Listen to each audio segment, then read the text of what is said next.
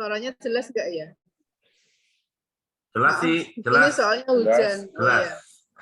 Di sini soalnya hujan gitu, jadi Jelas. ya. Selamat malam teman-teman semua. Malam hari ini kami akan berbagi dari apa yang Tuhan sudah memberkati selama hidup kami, hidup pernikahan kami.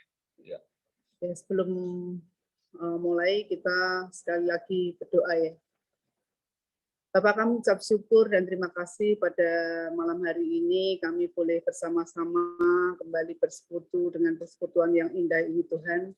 Kami boleh memprioritaskan waktu kami untuk pernikahan kami untuk menjadi semakin hari semakin bertumbuh dalam kasih karunia-Mu Tuhan. Amin. Berkati kami bila sebentar lagi kami akan menyampaikan apa yang menjadi isi hati-Mu, biarlah apa yang kami sampaikan ini boleh menjadi berkat buat setiap yang mendengarkannya. Amin. Terima kasih Bapa, terima kasih Roh Kudus, dalam nama Yesus kami berdoa mengucap syukur. Amin. Ya, selamat malam teman-teman. Malam hari ini kami akan sharing pengalaman kehidupan keluarga kami, yang mana kami juga mau membagikan perjalanan pernikahan kami itu, di mana kami boleh mengimpartasikan pernikahan kami menjadi teladan buat anak-anak dan keturunan kami. Ya, seminggu yang lalu kita sudah menyelesaikan Zoom Retreat MOU ya. Tentunya banyak berkat yang kami rasakan, dan kami juga merasakan pernikahan kami itu kembali di-refresh lagi. Tentunya ada komitmen-komitmen yang baru buat kami itu untuk melakukan semakin hari, semakin pernikahan kami itu menjadi lebih bersinar. Saya akan bacakan dari Yesaya 48 ayat yang ke-18.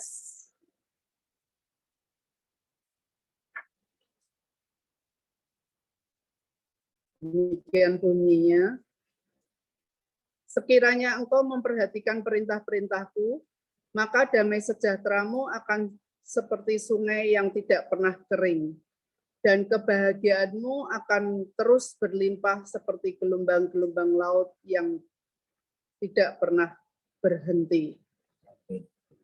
Ya, Bapak Ibu, kami diberkati dengan ayat ini, di mana Tuhan katakan bahwa damai sejahteramu itu tidak akan pernah kering, dan kebahagiaan pun juga terus berlimpah seperti gelombang yang tidak pernah berhenti. Nah, itu janji-janji Tuhan dalam hidup kita ketika kita itu mau melakukan, mau memperhatikan perintah-perintah Tuhan di dalam hidup kita. Jadi setiap ayat yang kita dapat itu jangan kita hanya lihat janji-janjinya aja, gitu. Tapi kita harus ingat juga apa yang diperintahkan Tuhan dalam hidup kita itu, terus kita melakukan bagian kita. Ya, Bapak Ibu, dalam bulan Oktober ini memang bulan Oktober kemarin itu buat kami berdua itu merupakan hari-hari yang banyak momen-momen indah buat kami untuk apa ya? Kami kenang gitu. Karena di bulan Oktober kemarin itu saya tiba-tiba dapat surprise dari pasangan saya gitu, dari suami saya, kalau kami itu mau berkumpul bersama dengan anak-anak, dengan menantu, bertepatan dengan anniversary kami dan anniversary anak kami yang pertama. Ya, kenapa saya katakan surprise gitu? Ya, saya akan cerita kenapa istri saya katakan surprise. Beberapa tahun yang lalu, bertepatan dengan anniversary kami, istri saya itu mengajak saya ke Semarang. Saya tidak mengerti, tidak ingat sama sekali hari itu adalah hari wedding anniversary kami. Ya, saya berangkat aja ke Semarang, di tengah jalan tiba-tiba ditelepon sama Pak Bambang. Pak Bambang ucapkan bahwa wedding anniversary kami. Di situ saya langsung merasa kaget, terkejut, juga malu ya sampai selesai. Anniversary kami sampai saya lupa. Nah, itulah saya waktu itu masih fokus di kerjaan apa ya, waktu itu saya juga lupa ya. Singkatnya pokoknya saya lupa waktu anniversary itu. Ketika sadar barusan diingatkan teman yang menelponnya. Ya, itulah menjadi suatu apa ya, peringatan buat saya mengingat-ingat. Setelah itu saya mengingat-ingat anniversary saya, kami berdua. Ya, bukannya saya harus merayakan yang bagaimana harus terlalu mewah, tapi ucapan syukur.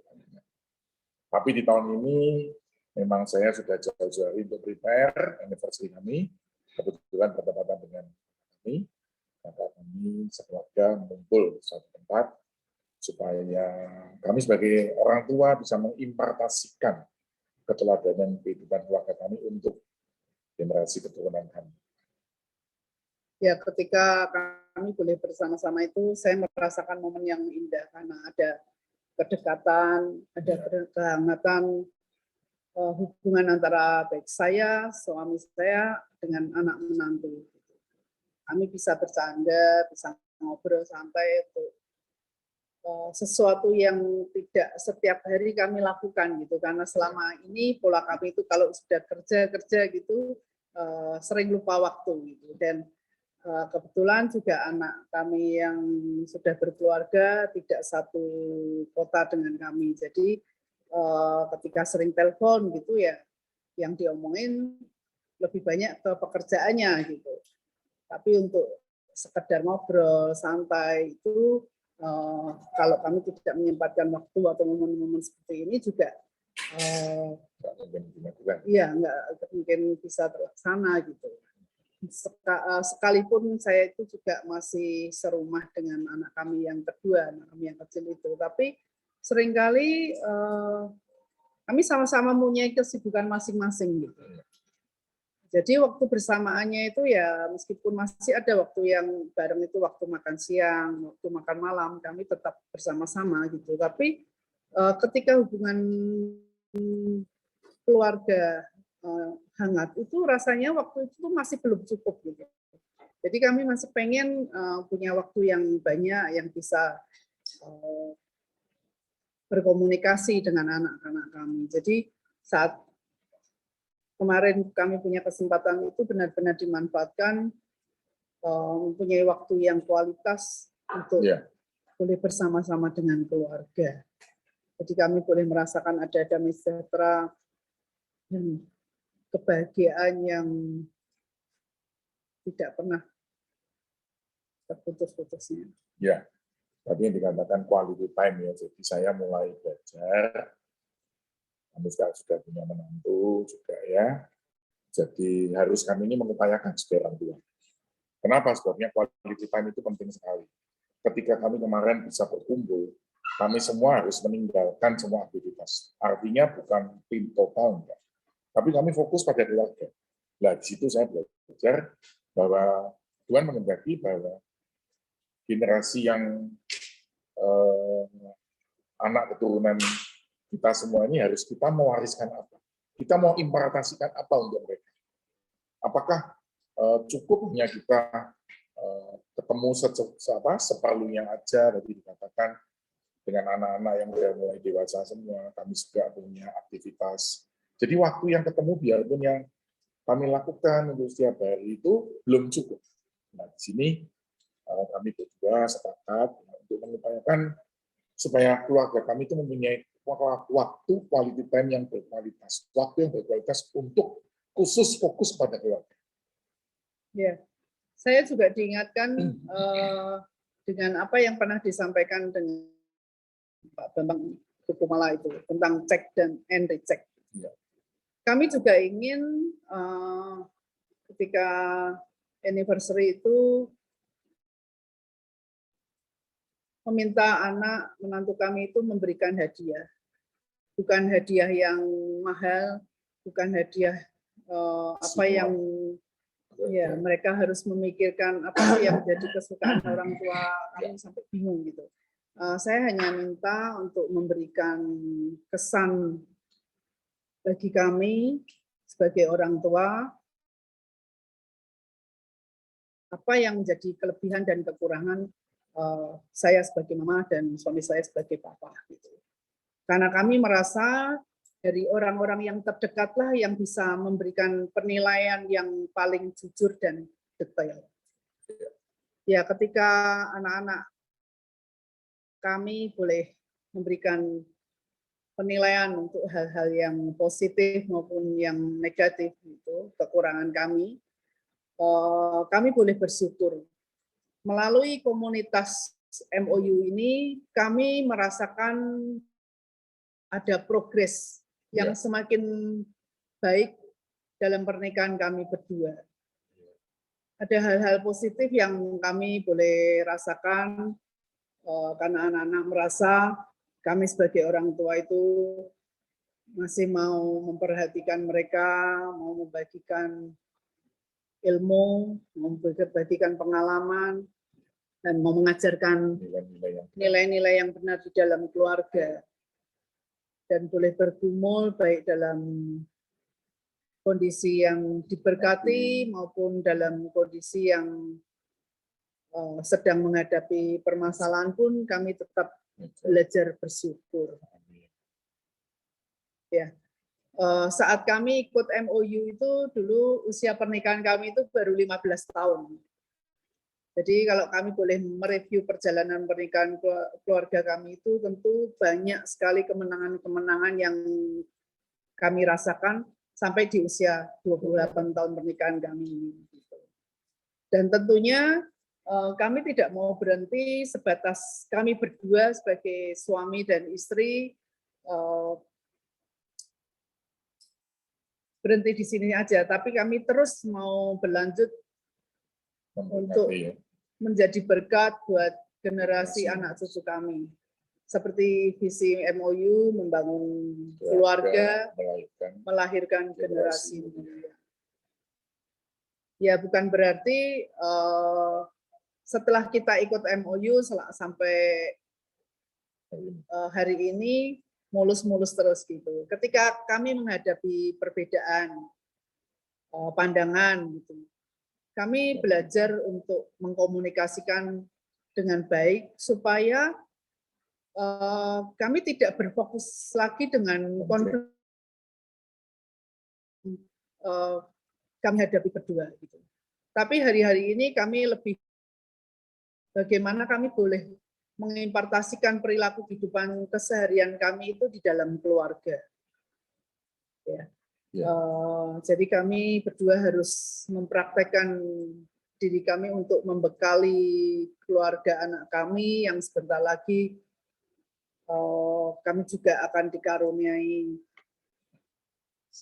cucu pertama nanti di bulan Desember, dan kami juga selalu ingat itu jangan sampai dengan kehadiran oma opa itu akan merusak cara didik orang tuanya terhadap anak gitu. Nah, itu yang membuat kami itu bagaimana kita harus belajar terus mengimpartasikan hal-hal yang positif gitu. Dan untuk anak kami yang kedua, anak kami itu sudah selesai kuliah dan saat ini sedang merintis. Meskipun secara usia sudah cukup dewasa, tapi kami masih perlu mendampingi untuk mempersiapkan anak kami itu sebelum masuk ke dalam rumah tangga. Bagaimana kita bisa membangun relasi yang baik dan intim di dalam keluarga? Cukupkah di dalam keluarga itu kita menyediakan materi, harta kekayaan yang berlebihan, barangkali mungkin punya rumah, ya, perusahaan yang banyak. Nah, apakah kita cukup hanya membekali dengan nilai-nilai materi yang banyak? Apakah kita hanya cukup membekali dengan warisan heaven? Ya. Sebagai orang tua tentunya kita tidak hanya sebagai financial provider ya. Jadi sebagai orang tua itu bukan berarti kita harus menyediakan segala finansial keuangan mereka gitu. Ya. Tapi kita harus bisa juga mendampingi anak-anak kita dengan pendampingan yang lebih lebih lagi untuk mencapai komunikasi yang baik. Ya. Tadi dikatakan satu, cukupkah kita mewariskan warisan materi ataupun harta yang sering kita katakan warisan heaven. Saya teringat, ya, ketika saya masih dididik di dalam keluarga saya, yang mana saya di usia masih anak-anak, saya sudah nggak mempunyai seorang ayah, dan saya dibesarkan daripada keluarga. Di situ fokus daripada keluarga dari ayah saya dididik supaya saya menjadi seorang pekerja yang keras, seorang pekerja yang ulet, dan mempunyai daya juang yang tinggi. Jadi fokusnya hanya pekerjaan saja. Jadi ketika saya melihat ada keluarga yang berfokus, contoh seorang anak seperti saya dengan papanya, yang kebetulan saudara saya, hanya berfokus pada bisnis saja, maka si anak tersebut seperti saya itu akan melakukan bisnis ataupun pekerjaan itu yang menyukakan orang tuanya. Jadi fokusnya hanya pekerjaan. Ketika saya gagal, ketika saya tidak sesuai dengan ekspektasi mereka akan memarahi saya. Saya dididik dengan keluarga yang keras begitu, kaku, dan tidak ada kedekatan dan komunikasi. Jadi dikatakan saya, kita harus tidak hanya materi dan harta untuk generasi keturunan, tapi ini yang saya rasakan masih sebelum saya merit pada pernikahan, saya masih usia remaja, tapi saya masih ingat, saya dididik dengan kondisi seperti itu. Ya, jadi ketika saya masuk di dalam pernikahan, saya juga akan mengajarkan anak-anak saya seperti itu. Ya, puji Tuhan, tadi dikatakan 28 tahun pernikahan kami, jadi 13 tahun kami di FOI. Kami banyak dimenangkan dengan pola-pola keluarga yang tidak benar, tidak tepat, yang harus kami bawa di dalam pernikahan. Jadi, relasi yang dibangun antara anak dan orang tua, itu hanyalah keberhasilan yang dicapai untuk menyenangkan orang tua. Ya, jadi, tidak ada relasi lainnya, tidak ada hubungan lainnya, selain pekerjaan dan materi. Itu yang terjadi di dalam kehidupan saya. Dan saya pernah punya pengalaman lagi. Seorang teman. Ini juga seperti hampir dikatakan warisan heaven. Cuman beda dengan didikan saya. Teman saya ini seusia saya waktu masih remaja, waktu itu SMP, dia termasuk salah satu teman saya yang kehidupan keluarganya berlimpah, seorang yang kaya. Ya, saya waktu itu masih ingat kelakuannya ataupun ya gaya hidupnya seorang anak yang kaya dan begitu. Kami waktu itu aja masih istilahnya saya ke sekolah waktu saya masih ingat, saya jalan kaki, paling kami biasanya naik motor. Gitu. Kalau teman saya ini udah bawanya mobil. Ya, suatu saat ya, orang tua daripada teman saya ini, dia pernah tercetus kata-katanya kepada teman ataupun tetangga di sekitarnya, dia bilang, warisan saya tidak, warisan papahnya ini, tidak akan habis sampai 7 keturunan. Itu yang dia ungkapkan waktu itu. Dan saya mendengar juga. Ya, 7 keturunan dia bilang, tidak mungkin habis. Ya barangkali siapa, tetangga, temannya, atau saudara, saya juga nggak ngerti, barangkali yang memberitahukan barangkali kepada orang tuanya, barangkali perilaku si anak tersebut. Ya, saya sih nggak ngerti sehingga ceritanya, saya cuma mendengar itu aja. Tapi kenyataannya hari ini, kondisi teman saya tidak seperti yang dikatakan seperti pada waktu hari ini. Kondisi mereka, teman saya, dengan keluarganya, adiknya juga, biasa-biasa. Ya, kondisi seperti orang biasa pada umumnya. Nah, disinilah saya dan saya, kami tidak ingin mengimpartasikan, memberikan nilai-nilai kehidupan kepada generasi anak keturunan kami dengan warisan itu aja, tanpa ada pendekatan jiwa seorang orang tua dan anak-anak. Membangun relasi yang baik dan intim dalam keluarga tentunya lebih membutuhkan warisan being. Ya, warisan being itu adalah orang tua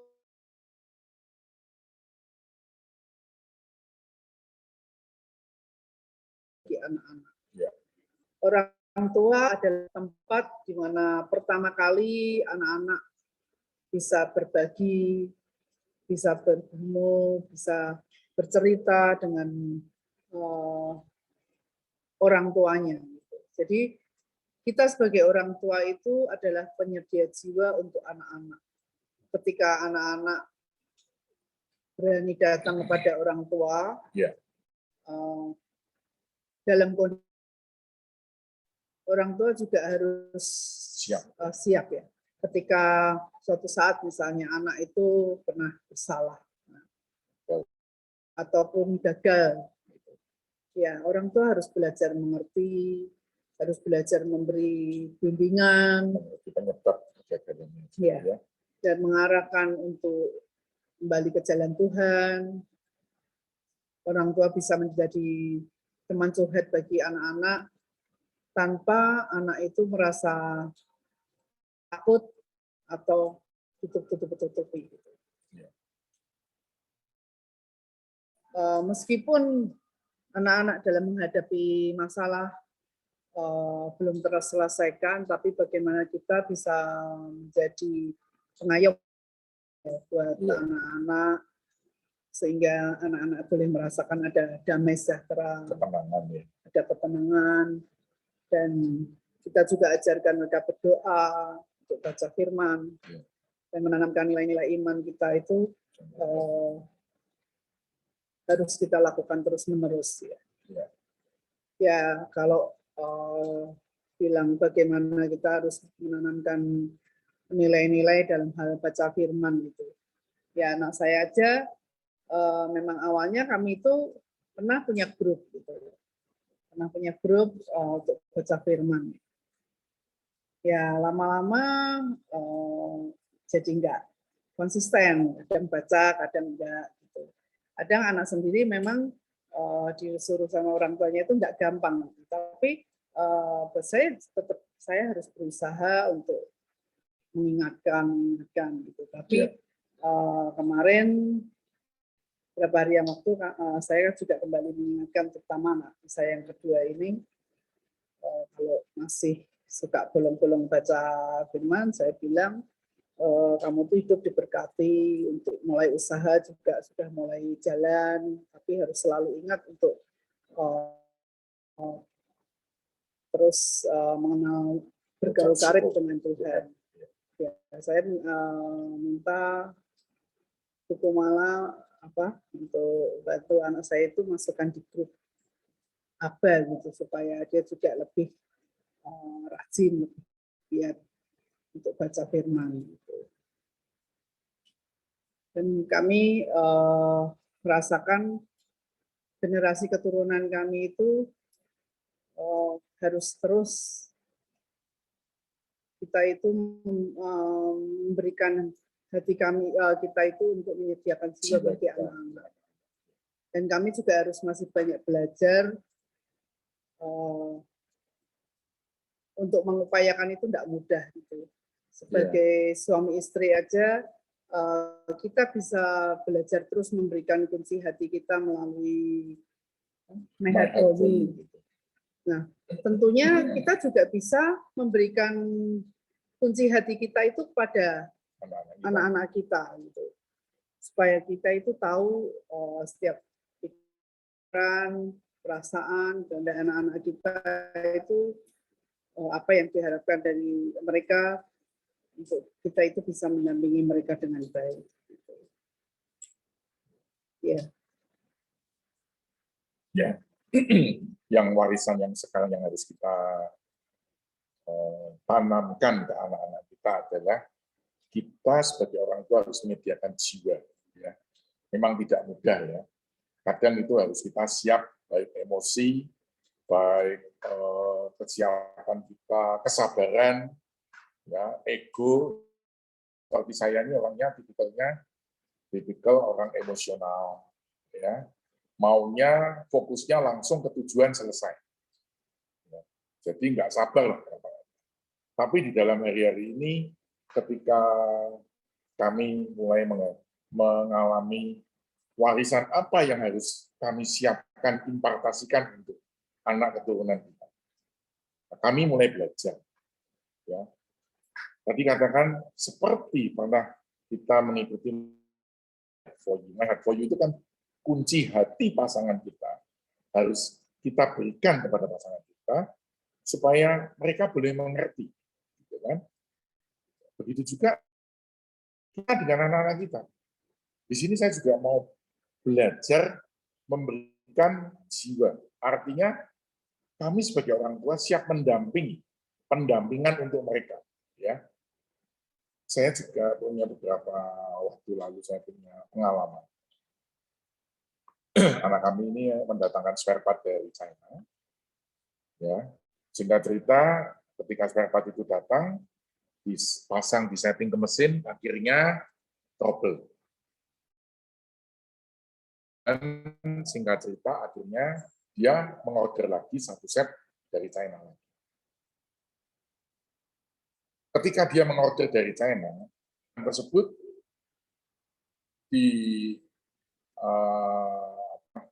dianggap sebagai barang ganti jaminan. Oleh karena yang pertama itu dianggap barang misproduct, cacat. Dipasang, akhirnya gagal lagi, rusak. Nah, ketika mereka mendatangkan itu, si supplier memasukkan nominalnya tidak sesuai dengan nominal yang asli, kan? Dimasukkan nominal yang terendah. Akhirnya di bea cukai di Indonesia mengalami trouble. Kali kesulitan. Petugasnya menganggap dengan barang senilai ini kok nilainya cuma sekian, barangkali begitu. Singkat cerita, barang tersebut harusnya kurang lebih waktu itu sekitar 10 hari sampai 12 hari. Nah, barang ini bisa ketahan sudah waktunya, harusnya keluar, nggak keluar-keluar. Terus akhirnya anak saya barangkali kesel juga kan. Terus dia pernah cerita sama saya juga bahwa dipersulit. Akhirnya dia tetap berusaha, akhirnya membuat pernyataan dari suppliernya untuk dokumen-dokumen pendukung supaya barang tersebut cepat keluar. Dan akhirnya barang tersebut keluar jeda beberapa hari setelah diurus. Tetapi pajak yang harus dibayar itu lebih mahal daripada barang pertama kali datang dengan nominal yang benar. Nah, di situ anak saya merasa kesel, ya, dia curhat ke saya, cerita dengan saya tahu waktu itu. Dia begitu cerita dengan saya, dia kan juga butuh dukungan bahwa apa yang dia lakukan itu benar. Nah, di situ saya belajar mempraktikkan sebagai peran orang tua.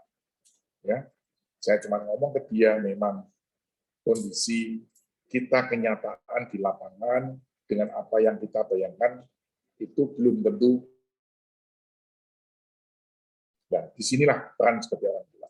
Kalau saya memikirkan untuk emosional saja, barangkali saya memaki-maki dalam marah, barangkali itu bukan sebagai orang tua yang benar. Orang tua yang mewariskan, ya, mewariskan jiwa kita untuk mereka. Karena mereka butuh pendampingan. Karena mereka juga butuh dukungan. Ya. Memang anak-anak sekarang, kita secara pendidikan, ya, saya dengan saya barangkali tinggi mereka. Mereka lebih tinggi, lebih punya gelar sekolahnya, sarjana, dan lain-lain. Secara ilmu memang mereka lebih daripada kita. Tetapi kita, seperti saya, dengan pendidikan yang SMA aja, saya mempunyai orang tua mempunyai pengalaman yang lebih dari anak. Nah, di sini kita belajar ya, mulai bisa menyediakan jiwa kita, akan pikiran dan kehendak kita untuk mereka, ya, supaya mereka juga perlu pendampingan, ya, agar jalan yang ditempuh oleh dia ketika mereka menghadapi permasalahan, baik permasalahan yang diberkati ataupun permasalahan yang kurang baik dalam pekerjaannya, kami tetap mengajarkan bahwa di dalam doa, selalu gumulkan dalam doa, dan kami selalu mengajarkan mereka berpikir secara positif, tidak berpikir secara khawatir, tapi mengajarkan.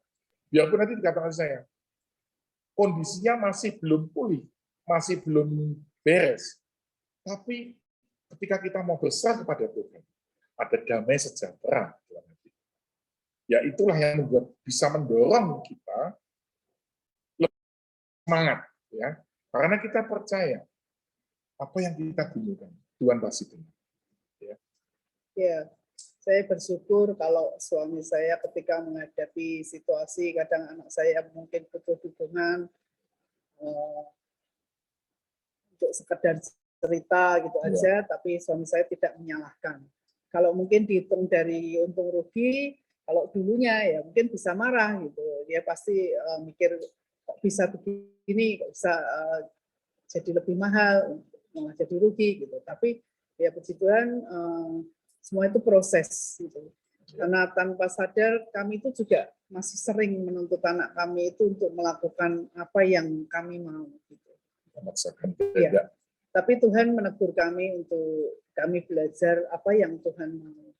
Jadi kami harus belajar tidak gampang marah, tidak gampang menyalahkan, tidak harus selalu berasumsi negatif dulu sebelum tahu apa yang diharapkan atau dimaksudkan dengan anak-anak kami. Jadi kami belajar lebih meluangkan waktu kami ini saat ini untuk lebih mengerti anak-anak kami. Yeah. Dan kami juga masih punya tanggung jawab untuk anak kami yang kedua dalam mendidik, memberi masukan atau pandangan buat anak kami yang mulai usaha. Itu ya banyak suami saya yang lebih memberikan masukan-masukan. Ya. Saya juga punya pengalaman dengan anak saya yang kedua di dalam pendampingan untuk dirinya. Beberapa waktu yang lalu, dia itu merasa, saya melihat dia itu merasa gelisah. Jadi dia itu bergumul dengan suatu permasalahan dia untuk rekrut karyawan. Dia itu merasakan gelisah, belum menemui apa yang dia inginkan. Ya, jadi bisnis anak-anak model sekarang ini kan online ya, jadi medsos, jadi mereka bisnis lewat medsos. Nah, di situ saya nggak ngerti mereka itu yang diutamakan pasti, dan saya lihat pasti kebanyakan foto dan lain-lain. Dan sekarang lebih trennya kan ada TikTok dan video dan macam-macam. Kami sebagai orang tua sih nggak pernah ngikutin saya. Tapi saya mencoba waktu itu. Waktu pas makan, saya ngobrol sama anak saya. Terus dia cerita, dia diskusi. Dia bilang, Pak, aku ini mau rekrut karyawan, tapi saya bingung. Yang aku rekrut itu harusnya karyawan yang punya skill, dia punya daya kreativitas, dan mempunyai background untuk fashion design dan macam-macam, tapi sekalipun juga dia juga mempunyai sebagai pemeran untuk model maksudnya. Maunya komplit. Maunya komplit ya. Jadi dia kepingin cari karyawan satu ini komplit jadi perannya, supaya barangkali biayanya ya bisa murah barangkali operasionalnya.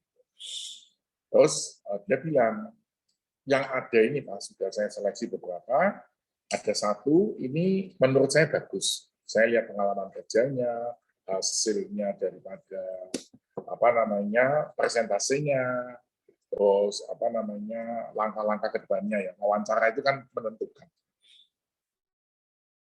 Dia bilang, tapi yang ini nggak memenuhi untuk model. Ya, setelah dia cerita, saya baru cerita. Gini, kalau kasih pandangan, kamu kalau memang belum menemui, kalau sudah menemui ya puji Tuhan, sesuai udah nggak ada masalah.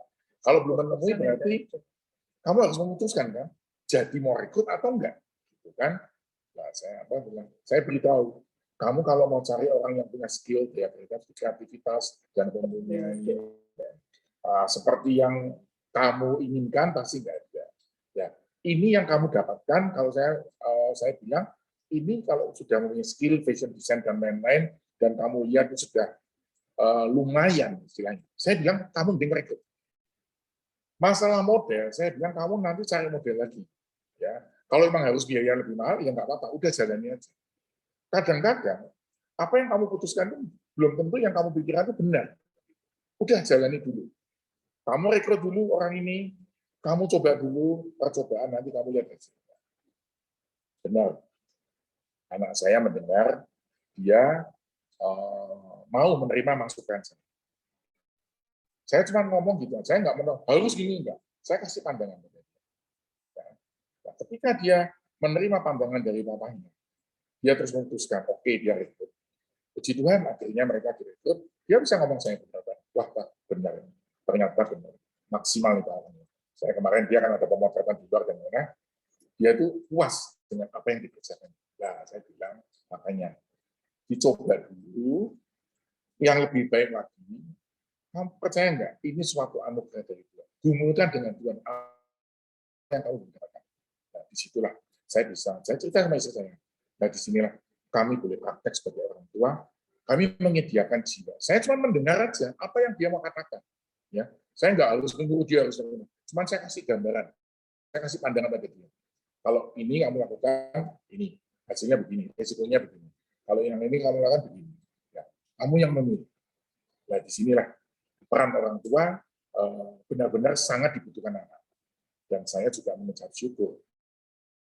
Pada saya, di 13 tahun saya di komunitas MOU ini, kami berdua merasakan ada progres. Progres apa? Ini diubah. Kalau melihat didikan saya sebelumnya tadi yang saya hidupnya dengan didikan yang keras, hidup adalah untuk mengejar materi tanpa ada komunikasi, diskusi, mengasihi pasangan. Tapi di sini saya belajar. Di komunitas MOU kami berdua banyak bertemu. Dan akhirnya dirasakan.